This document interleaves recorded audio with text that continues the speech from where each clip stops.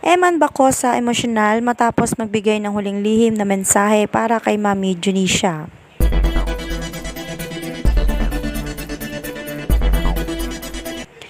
Isang emosyonal na tagpo ang nasaksihan ng maraming tao nang maging emosyonal si Eman Bacosa habang ibinibigay niya ang kanyang huling lihim na mensahe para kay Mami Junisha. Sa gitna ng katahimikan at matinding damdamin, malinaw sa kanyang boses at sa mga mata ang lalim ng kanyang paggalang, pagmamahal at pasasalamat. Ayon pa kay Eman, hindi matatawaran ang naging papel ni Mami Junisha sa kanyang buhay.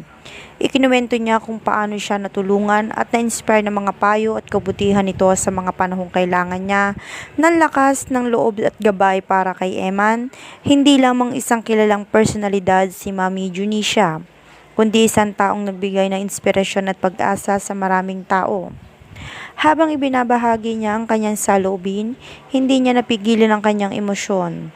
Sandaling huminto si Eman upang punasan ang kanyang mga luha bago niya ipinagpatuloy ang kanyang mensahe. Ipinahayag niya na ang kanyang lihim na mensahe matagal na niyang gustong sabihin, ngunit ngayon lamang siya nagkaroon ng lakas ng loob upang ibahagi ito sa harapan ng maraming tao.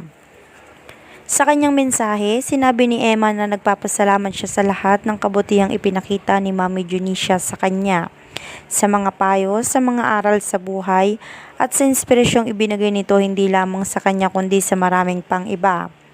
Para sa kanya, ang mga laal at aral na iyon ay mananatiling buhay sa kanyang puso habang buhay.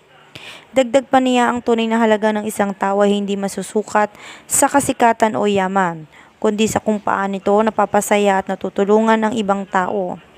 At ayon pa kay Eman, iyon ang isa sa mga dahilan kung bakit labis niyang hinangaan si Mami Junisha.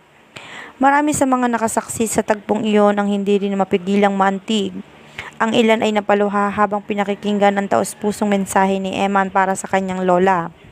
Ang iba naman ay nagpahayag ng suporta at paghanga sa kanyang katapangan na ibahagi ang kanyang tunay na damdamin para sa kanyang minamahal na lola. Sa huling bahagi ng kanyang salaysay, sinabi ni Eman na hinding-hindi niya makakalimutan ang lahat at ng alaala at aral ng kanyang natutunan. Para sa kanya, ang mga ito ay magsisilbing gabay sa kanya sa paglalakbay sa buhay.